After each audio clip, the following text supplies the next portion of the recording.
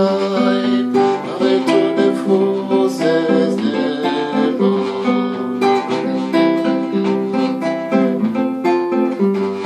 The sheep that belongs to me listen to my voice.